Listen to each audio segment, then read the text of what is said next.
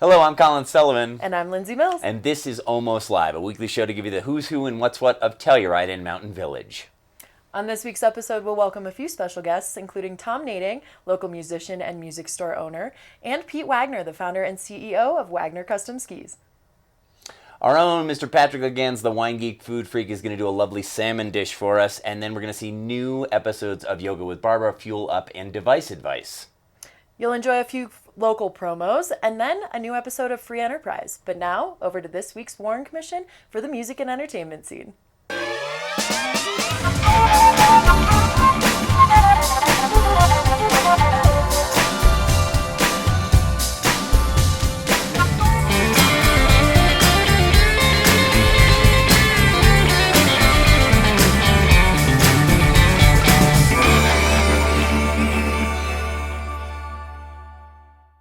Thanks a lot, Lindsay. And here we are in the year of the Ramones, 2020, 24 hours ago, with our own arts and music and entertainment reporter. Yes, and my trusty book. I can't go anywhere without it. Your trusty book, which is blue now. It is blue. I had to mix it up a little bit. I love it. I love it. We're going to get calls and letters about it, but it's fine. I know. Sorry, people. But we can manage. If you tell us what's going on, we'll forgive you. Yes, there's all sorts going on. A little bit of something for everyone. On Thursday, the Whiffin' Poofs, Yale's premier a cappella group.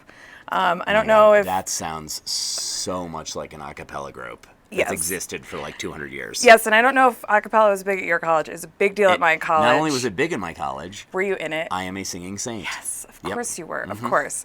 So all the best of the other a cappella groups, this is like the senior super group for Yale. It absolutely is. And that is on Thursday night at the Sheridan Opera House. Super fun. It's a 7 p.m. show. And then... I know you think you don't like a cappella, but you do like a cappella. It's crazy to see... Trust me, it's incredible to see. People... become percussionists all with just their mouth. Yeah. It's great. So that's at the Sheridan Opera House. Tickets available online at SheridanOperaHouse.com. Also at the Opera House, Papadosio is playing Friday and Saturday night. Okay. Super fun, rock, electronic, jammy. They've played before, right? They have played before. They played last winter. They The sell show out last sold year? out. Yep. So they're back for 2 nights. You can catch them Friday or Saturday at 9 p.m. And again, tickets online at SheridanOperaHouse.com. Do not delay. Tickets always go. Or sell out from the Sheridan Opera House. So. Don't show up. Don't show up at the door in Maggie's face. Yes. Also on Saturday night, the Telluride Gold Kings are returning to their weekly Saturday night slot at the Phoenix Bean. That's at 6 p.m. It is free. You can get coffee or drinks or tea and dinner, and it's a great time.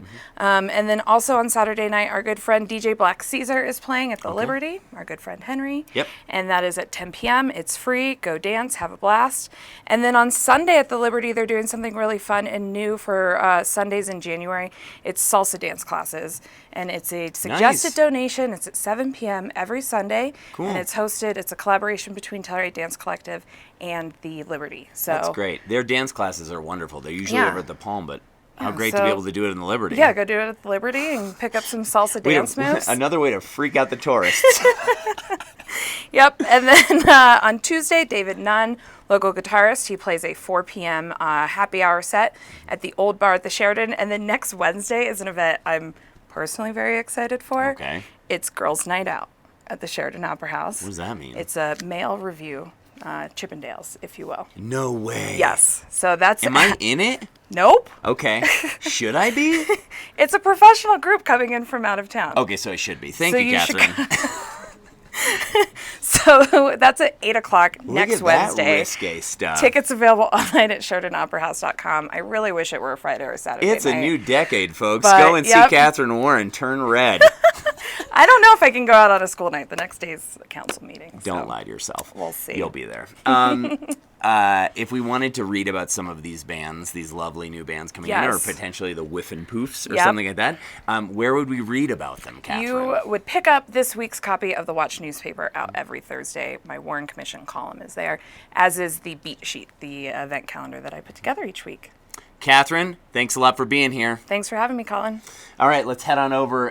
Patrick Legans is going to cook up a raspberry duck for us, and then we're going to see a new episode of Yoga with Barbara and a promo from the Village Table up in Mountain Village. Hi, I'm Patrick Legans, the wine geek food freak. Welcome to another episode. Today I thought I would show you something to do with salmon. Super simple. I got some nice heirloom cherry tomatoes from the local market, garlic, crushed red pepper, parsley, salt, extra virgin olive oil, a little white wine. It's a proper technique, and you can have a great meal in a very short period of time. All right, so I got my extra virgin olive oil, nice and hot. Again, I want to do whole clove garlic, a little more rustic kind of feel to it. I'm going to do 2 cloves. I'm just gonna blend these up. I'm gonna add the crushed red pepper real quick. I like this one a little spicy, so I'm gonna add a couple pinches there. That's on my own predilection right there. I'm gonna add the tomatoes. The tomatoes will actually act as an arresting point. So the garlic and the olive oil will go no longer. They'll get no darker. So it's basically like what I like to call stopping the process. So this is a moment. I like to add the salt here. The little bit of salt here just helps break down those tomatoes. Now that I've gotten those tomatoes just kind of like, just tiny bit softened, I'm gonna add my salmon. I'm gonna put just a pinch of salt on the top. I wanna find a nice spot and move all those tomatoes out of the way, just so I can get like a little crust on that top. Just from a texture standpoint. It's starting to get, see how it's just creamy, kind of that, all that's coming out just from the salt and the tomato right now with the olive oil. So that's really infusing it wonderfully well. In a second here, I'm gonna add a little white wine just to stop the process, but I'm gonna flip my fish real quick. See, we have a nice light crust on there. Looks really good. So now that I've kind of crusted both sides, I'm gonna add the white wine,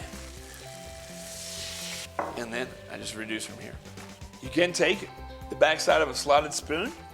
See how soft those are? They're just totally crushing down. And this will make an amazing sauce, but still keep some of that texture. That's gonna go great with the penne pasta I'm gonna put in here. I'm gonna add a tiny bit of little parsley in here just because I want a little bit of that, it kind of like has like a little bitter flavor in there that I want. I'm gonna grab my fish, put it right here on a plate. Grab my pasta, drop that right in there. I'm gonna toss this guy right here. All right, so we are there. I'm gonna put the pasta right here on the side. I'm gonna take a little bit of this extra sauce, like that, and we're gonna put it right on top there. And there you have it. Seared salmon, whole roasted garlic, crushed red pepper, extra virgin olive oil, white wine, heirloom cherry tomatoes, and pasta. Parsley. It's as simple as it comes. It's fantastic, and I'm telling you, everybody in the family is gonna love it. Until next time, remember, all you need is good ingredients, some care, and a minute of your time, and you can eat like me, Patrick Legans, the wine geek food freak.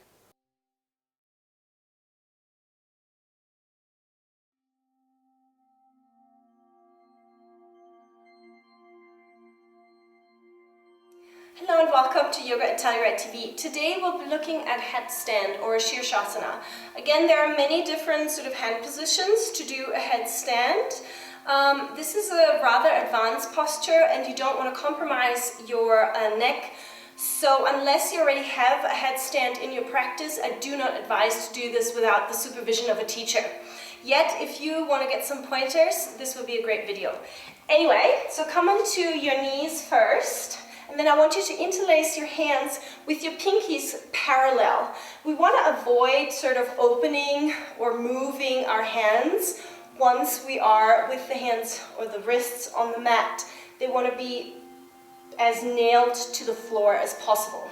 So you're going to come on the mat with your pinkies extended.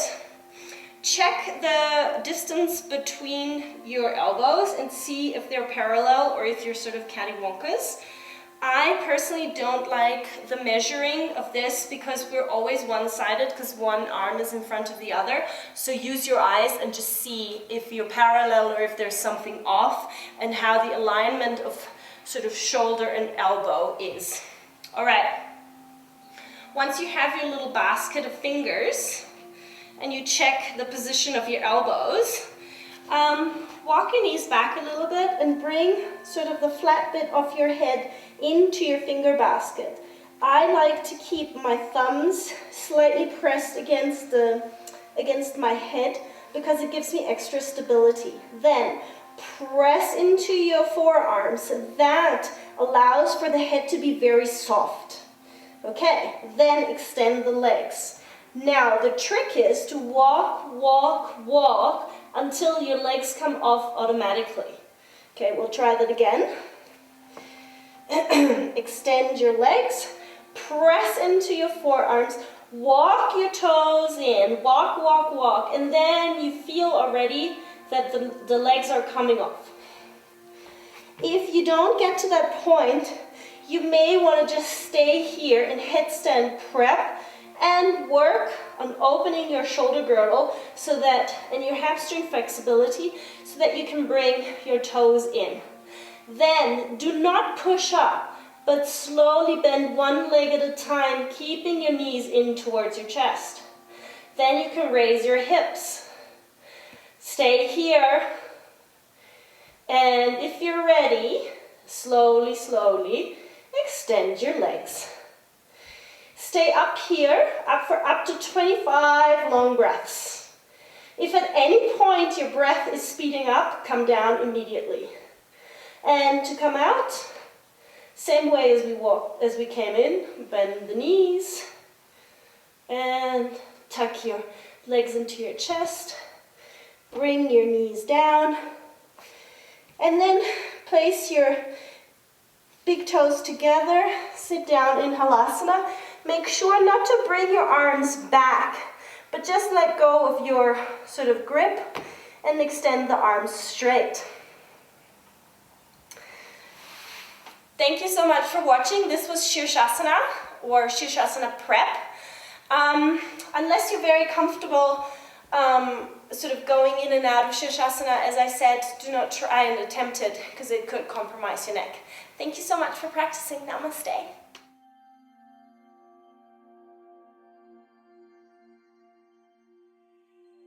In a strange land, caught up in this game plan, trying to find my way back to the train station. Looking outside, but it's not a placement, it's a state of mind.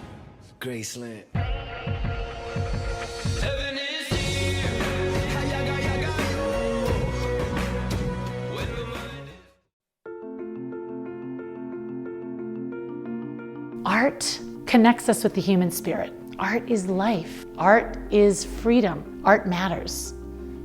We are so excited about moving into a new facility. After 26 years, we've moved from the Stronghouse building to the Silver Bell to the Depot, and now we're building our own facility. As amazing a building as the Depot is, it wasn't the right place for us. So we started looking around for other places that could potentially be our home, and we discovered this project that the town was doing, and we were fortunate enough to begin partnering with the town, and we've been working with them over the past 2 years. As much as we love the Depot here at AHA, we are so excited to have a new and completely dedicated art space. Our programming will be able to expand tenfold. We're going to have a demonstration kitchen and space for yoga classes and dance classes. We'll have a huge outdoor deck and a dedicated painting studio as well. The new AHA building is going to change the programming in AHA on every front. The ceramic studio is going to more than double in size. We're going to have a reduction kiln, which will expand our firing opportunities as well as allow us to have visiting artists, and additional space for kids classes and adult classes. I'm really excited about the building. Like, maybe we should have like a napping area, because sometimes you get tired when you're doing art, and then a self-serve ice cream place. I think that we should have a jewelry studio in the new building, because it would be really fun to learn how to make jewelry. I want a lot more wheel throwing classes, because I just learned how to wheel throw and it was awesome. The new AHA School for the Arts building in downtown Telluride will be the artistic and cultural hub for the creative community in Telluride.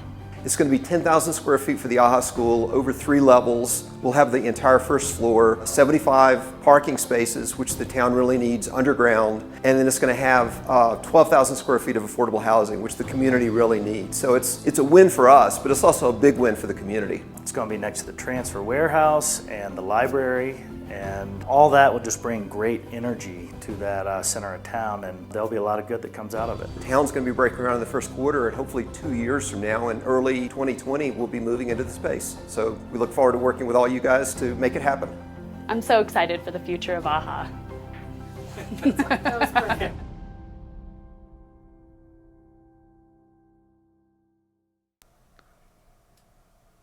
And we're back with none other than Tom Nading, co-owner of Telluride Music Store. Excited to be here. Musician, troubadour, we see him all over the place. I try to be somewhat ubiquitous. So we like to ask most guests, we start this off, what is your Telluride story? How did you get here? Why did you stay? For me, it's kind of all over the place. I graduated from college in 2010 in Chapel Hill, North Carolina. I went to UNC. And I grew up as a skier in the South. And there's not a lot of skiing there. Lots of traveling. Yeah, lots of traveling, lots of planning, lots of putting it together. So I had a buddy of mine that I grew up with, we'd kind of dreamed about living in a ski town. And we discovered this place, Telluride. We signed a really sketchy lease, and I packed up my car in Chapel Hill, North Carolina, and suddenly I was in this place called Telluride a couple weeks later and just absolutely fell in love. I arrived during the summer, so for somebody like myself who's musically inclined, to see all those incredible music festivals and great shows at the Sheridan Opera House, I was 100% sold before I'd even stepped on the snow, even dusted my skis off. That'll happen. And then, obviously moving here, had to find some way to pay for this sketchy lease. So I started just searching around for jobs, and I thought, maybe I'd be, a garbage man or busser or something like that. And I happened to discover Telluride Music Company, which at the time was in the old Sheridan Pool Hall building and owned by my good friends Dave and Karen Lamb. And I basically just showed up and tried to convince them, I tried to do everything I could to convince them to hire me. And they hired me on the spot, and 6.5 years later, suddenly we had an opportunity to buy them out and take over the store. So it's been kind of... You've been there ever since. Yeah, exactly. So you might be one of the rare Telluride folks with one job in your entire... That's for sure. But I do have the extra kind of bonus job of playing a lot of music, which is really fun. But, the store's been just a blessing to me. And honestly, when I started working there, my focus was really trying to expand, shipping guitars, trying to do what we call outside sales, getting the guitars outside of Telluride and into new hands. So that has been, probably my biggest focus, is just expanding the brand, beyond Telluride Main Street. Yeah. And you guys have lots of vintage guitars too, correct? Vintage guitars are something that we love. We love to find really rare pre-war Martin stuff, for example. I really personally like stuff from the 50s made by Gibson, so try to bring that in as much as possible. The reality, though, is that the vintage stuff doesn't seem to last. It doesn't seem to hang around the shop as long as other stuff. So because it's selling so quickly. Exactly. Great. And because they're one of a kind. We try to have guitars that connect you with a story. And sometimes that story is just that you happen to find it in Telluride. It's a unique place with a unique attention to music. So because of that, we find that, a lot of people get inspired by a festival or just a show that they saw, or really just the impressive beauty of this place. And, they find a guitar that pushes them along and is going to inspire them and push their music where it needs to go and where they want to take it. That's great. And of course, you sell some other instruments in addition to guitars? Ukuleles are really hot. Okay. Ukuleles are probably, I think, the biggest way, or I should say the quickest way to start playing music, to start singing, to start, just strumming along and playing with other people. In fact, our own Ethan Hale, who organizes the lesson program at Telluride Music, he's actually started a ukulele jam at the library that's going to run through the end of the ski season on Wednesday nights, which is just incredible. I mean, music's a social thing. It's meant to be shared. It's meant to be something that connects you with other people. So the ukulele I see as a vehicle where someone who says, I was never very good at music, it's like, you can learn quickly. You can be. So that's cool. And then we also do a lot of banjos. Our assistant manager, Warren Gilbreth, was inspired in our bluegrass jams, which are on Tuesdays, by the way. If you ever want to play, bring an instrument. Tuesday evenings? Tuesday evenings Okay. at 6 p.m. in the shop. We do this bluegrass jam. It's really fun. That's awesome. It's just a great way to, once again, share music with each other. And, it's all skill levels, people who've been playing bluegrass their entire lives and people who, are relatively new to it. And Warren was inspired in that by the banjo. And he's become a fairly accomplished banjo player. It's really impressive what he's doing. And because of that, we've now expanded into this big banjo line. Mandolins have always been something. So, bluegrass family instruments have always been our focus. Guitars are the number one, of course. And we also do a lot with electrics. Because our focus has always been acoustics, I don't think people always realize that we have this huge selection of electric guitars. But personally, I play a lot of electric guitar. So I might have a small influence on that. And we do effect pedals and fun, vintage tube amplifiers and just all sorts of stuff. All things music, including vinyl, and we still have CDs, which people ask me all the time, do people still buy CDs? I'm like, well, a lot of people still have CD players in their cars, myself included. Yeah. It's the only CD player I own, but, we haven't figured out how to rig the vinyl up in the car yet. You mentioned the lesson program. Yeah. So you've got Ethan running that, but kids and adults of all ages can start taking lessons through you guys? Absolutely. Ethan teaches all ages, all skill levels.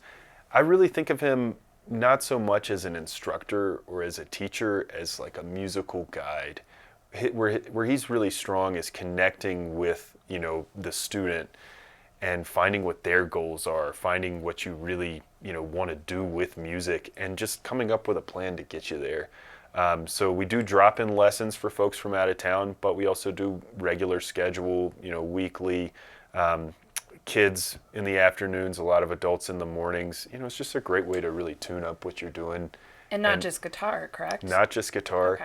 He does guitar, ukulele, banjo, mandolin, piano's really big. He doesn't really play, band and woodwind instruments, but he can still teach. If you have some foundation or just working through a tricky piece of music, he can help. Okay. And you mentioned you yourself are a musician, and you play often in the Telluride area. Yeah, it's my side hustle. You also make it onto the Warren Commission quite often. Well, what different bands and projects do you play with? That's going to take a long-winded answer. I don't know. I just love playing guitar, and I love playing with singers and really trying to find ways to add to something musically. So Claybrook Penn and I play quite often. The two of us started working together in 2014, I believe, when she received a grant to record an album. And we mainly play as a duo, just the two of us. It'll always be billed as Claybrook and Tom, or Tom and Claybrook if they want to bill me first, which I'm always okay with. But that has been probably, a big source of gigs over the years. And then we also have a big sort of party, wedding, and events band called Chrome Velvet, which will do New Year's and weddings and that sort of stuff, which is really fun. One thing that's really new that I'm excited about, Wyatt Listrom is a great friend of mine. We've played music together for probably the last 10 years. With the Great Frontier. Exactly. The predecessor. Starting with the Great Chrome Frontier. Velvet. Exactly. Which still gets together. We have a show coming up in July, so there will be something happening. Okay. Good. So Wyatt and I have played together in all of these different iterations. We've been roommates. We've played around the house. And we're finally, this winter season, we're sharing our music with other people, which has just been really fun. So we're calling it the Wyatt and Tom Variety Show, mainly because it's all over the place. Right. We're both playing guitar, he's playing bass, I'm playing lap steel, I'm playing mandolin. So we're doing some shows at the Sheridan Bar, and then we're also doing Leap Day at Garano's on the mountain. It's the only time we can do it for the next 4 years, so it's going to be a good one. Great.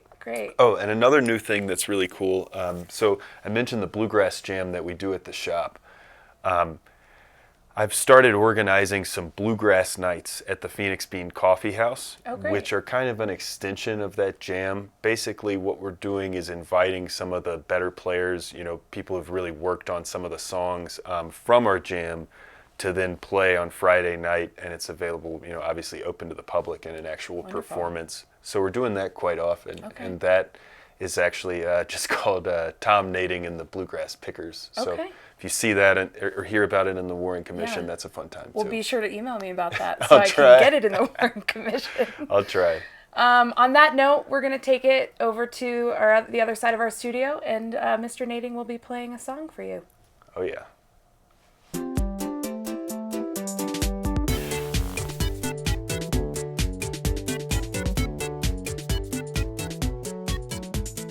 Hello, my name is Hank. And I'm Gloria. And you're watching Device Advice, brought to you by Wilkinson Public Library. Today we're going to talk to you about 2 devices you can borrow for free with your library card. Hank will talk to you about iPads, and I will talk to you about Kindle. I'll take it away. Do you know what this is? If not, then you must live under a rock, and you probably don't need one. For the rest of the world, this is an iPad, which we offer to borrow for 3 weeks for free at the library. Comes loaded with all kinds of cool apps, including Libby, which we talked about on a past episode of Device Advice. Again, they rent out for 3 weeks, and if you're worried about your security, don't worry, because we wipe them clean of all your personal information after you return them. The next device I'm going to talk to you about is a Kindle. You can borrow this Kindle here for up to 3 weeks with your library card. It has an impressive shelf already on it. If you can't find what you're looking for, don't you worry. The library has got your back. You can buy up to 2 books on the library's dime. What if I have my own Amazon account? No, don't use it. Stay logged into the library's account. It's already registered on the Kindle. Come by Wilkinson Public Library and check out these devices and more. Thank you for watching us.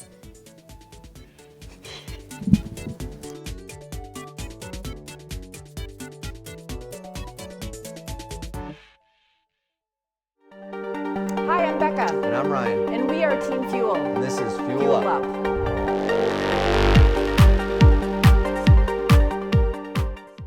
So today we're going to talk about 2 common movement patterns that we see a lot of confusion with our clients and in our exercise classes. And that's the squat versus the hinge. We want to talk about the differences between these 2 movements. They're both great movements with a lot of benefits. We're just going to talk about how they differ. So the first exercise we're going to demonstrate is a goblet squat. This is a more quad dominant exercise than a hinge. And notice as she comes down and back up, okay, her primary movement here is vertical, up and down. Her torso stays upright. A lot of glute activation, but a lot of quad activation as well. Our second movement is going to be just a regular old reverse lunge. You could do this weighted or unweighted, it doesn't really matter. And this is a single leg exercises, which is one of the main benefits of it. But again, notice that most of the movement is coming around her knee joint, and this is still quadricep dominant and glute dominant. Now we're going to compare these, and this is where most of the confusion starts, with the hinge pattern. A hinge is essentially a bend. We're using the hips as the breaking point. That is our point of rotation as she comes down. And notice in the hinge, her back is nice and neutral and flat. That's important as we get into weighted exercises. And also take a look at her neck. Becca is looking down at the floor as she hinges, as opposed to looking up in the cervical spine, which will give you that kind of extension there that we don't want to see. So this exercise tends to still involve the glutes, but a lot more hamstring activation than quad activation when compared to a squat. Our second movement is one that there's a lot of confusion around, and that's a kettlebell swing. So this is also a hinge pattern, but it involves some momentum. So to somebody looking at this might look like Becca's using her back to swing this kettlebell up. She's actually not. Most of the activation is coming from her hamstrings and her butt is what's pushing this through.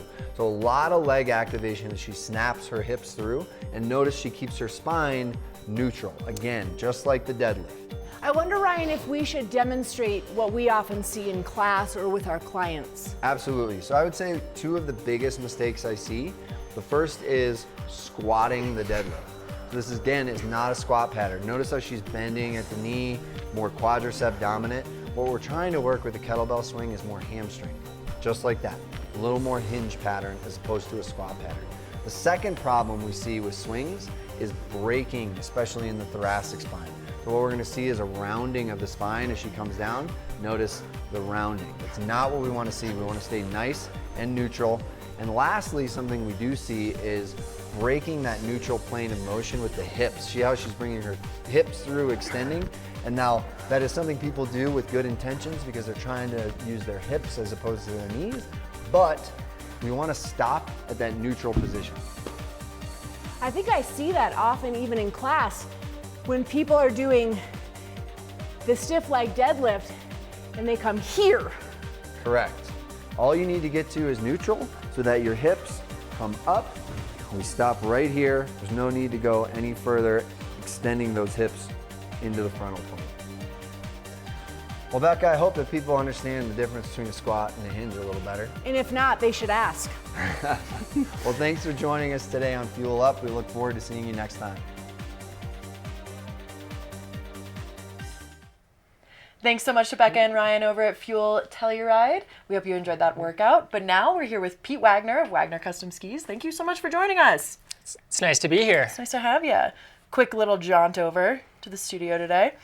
We were just talking about the incredible snow and how the season has been off to an incredible start. Yeah, this is my 20th season in Telluride, and it's really one of the best starts that I can remember. It's like, it's what you read about in Storm Cycle magazine. Yeah. It started in late November, and it seems like every 3 or 4 days we get a little refresh. Yeah, So it's non-stop, weekday, weekends, all of it. Yep, it has been great. Yeah, so you've been skiing a ton. Skiing a ton. So we build skis right here in the Mountain Village. It's good for morale for myself and our team, getting to take advantage of the great conditions. So testing out your own products. Exactly. Getting out there, making sure all the custom skis are functioning properly, I'm sure. Exactly. Somebody's got to do it. Yeah, absolutely. Tough job. Tough job.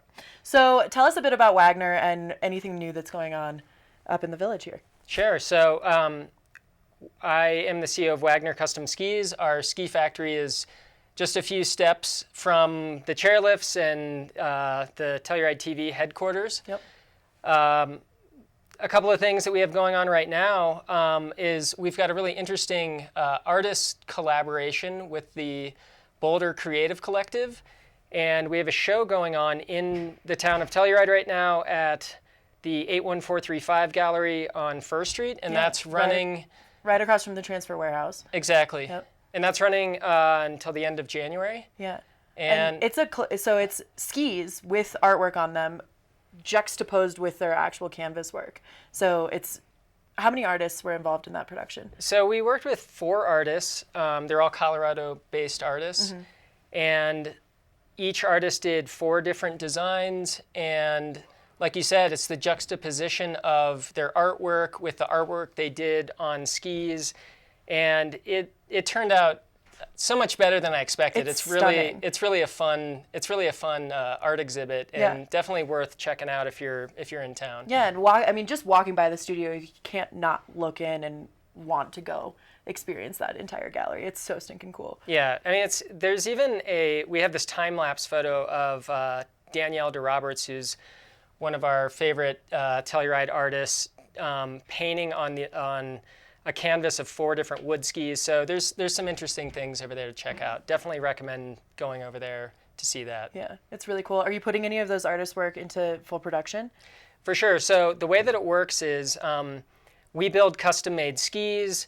People go to our website, wagnerskis.com. They fill out a quick online questionnaire. They talk with one of our ski designers. And what's unique about what we do is we design the skis for the individual. Mm-hmm. So every ski is optimized to basically just make it easier and more comfortable by dialing in length, width, side cut, tip and tail shapes, the camber, the rocker, the materials. So everything is calibrated for the individual, and then you get to choose whatever graphic you want. And the Boulder Creative Collective skis are an option that you can choose for your graphic. That's so cool. And the artists get a royalty on everything that we sell. So it's really a way for us to get more involved with the art community and also support local and Colorado working artists. Yeah, that's incredible. And you have designers on staff too that help with all of that process when you're picking your top sheet, which I think is kind of the most exciting portion. Besides having perfect skis made for your perfect body, then you get to pick your top sheet. How many designers do you guys have on staff now? We've got 3 different designers on staff now, and we like to think that choosing your graphic, it's the most fun and the most difficult part of the process. Yeah. So you can choose from like a basic stock graphic. We have like solid colors and designs that our artists have made. We have beautiful hand-finished wood top sheets, and then a lot of people do the custom graphic route, which is, if you've got a concept in mind, you can work with our designers and we'll create whatever your vision is for your own graphic. So a couple of fun ones that we've done this week. Children's drawings. Turns out those make incredible ski oh my graphics. God, that's so cute. Yeah, people using their own photography. What do you think the most popular concept has been the last couple of years for custom ski graphics? What do people love? Food. I mean, there's got to be one with avocados by now. Food is a good one. Stephen Roth, who's the food and beverage director of the ski resort, he's got a really cool food theme one with his knives. Yeah. But that's not it. It's actually people putting their dogs on their skis. Their pets, of course. Their fur babies. They're sliding around with them on the mountain now. Yeah. That's awesome. So on Tuesdays and Fridays, we do free public tours of our ski factory. So if anybody's interested in seeing how we build the skis and learning about kind of the art and science of ski building, come on over to the Wagner factory. Yeah, I can't recommend that more. It's one of the most fascinating processes to be able to see in person, and then you kind of get inspired to get your own Wagners right away. It's very cool. Well, Pete, thank you so much for being in the studio today. I really appreciate it. And go check out Wagner. They are right at the base of the gondola up here in Mountain Village. So easy to find and easy to access. Thanks so much. Okay, thank you. Without community organizations like Wagner Custom Skis, Telluride just wouldn't be the place that it is today. Telluride TV is a local public access channel that depends on public support, and we'd like to give a shout out to a few of our most generous supporters, including the Town of Mountain Village, the Town of Telluride through Case, and the Telluride Ski and Golf Company. But now, over to Zoe Donnell for Free Enterprise. Okay, we had...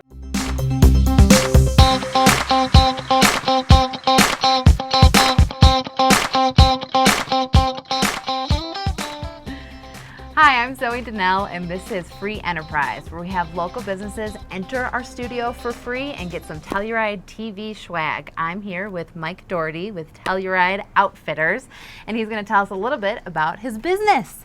So let's hear, what do you do? What's in store for the future?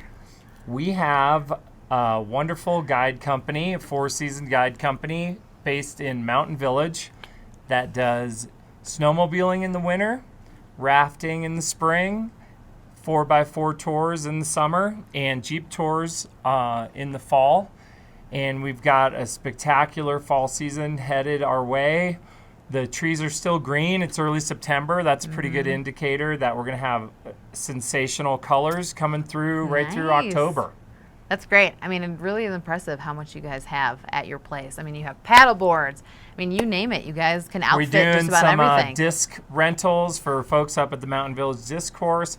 The paddleboard rentals, Trout Lake's still in good shape. People getting out there, and it's been an incredible summer. It's really spectacular out there. That's amazing. And where exactly are you located for everybody? We are in Market Plaza, and so where the parking is in Mountain Village, we're located right there at the first leg of the gondola. And how did you get started in this business venture? Just with friends in low places. A lot of snowmobile guide friends introduced to the sport and more the lifestyle of snowmobiling about 20 years ago. Oh, wow. And able to get a job with them and was an active snowmobile guide, as well as worked up my way into the management and then ownership about 10 years ago. Wow, okay. So bought Telluride Snowmobile Adventures and was able to add on all of the other activities over the last 10 years. So it's been great, and our partnership with Cliffhanger Jeep Rentals down in Moab brings us Jeeps in the summertime. Our partnership with Polaris Industries has been amazing. We're part of the Polaris Adventures program, which is a national program that partners the world's leader in outdoor recreation, Polaris Industries, with outfitters like Telluride Outfitters. And we have brand new equipment every season with brand new Polaris RZRs in the summer and brand new Polaris snowmobiles in the winter. That's amazing. So every year you get up-to-date inventory. Every season we have brand new equipment. You know what? I didn't even know that. That's amazing. You're here to learn. I am. So what do you see for the future? I mean, you are a guy of many ideas. So I'm just really curious of where you see yourself growing. The custom tours that we offer, we found that this last rafting season that doing smaller tours with families and private outings are really a special way for people to not have a cattle car experience of going with the masses in busloads. They're able to have a little bit of time just with them and their families, and private tours are our specialty. Yeah, that's fantastic. And especially with a clientele here, that's exactly what people are looking for. Certainly. Well, thanks, MD. I really appreciate you. it. And of course, as promised, you get your prize. Yes. A lovely mug. Thank you. So make sure to check out all of the great offerings, and we'll see you next time. Thank you. Bye.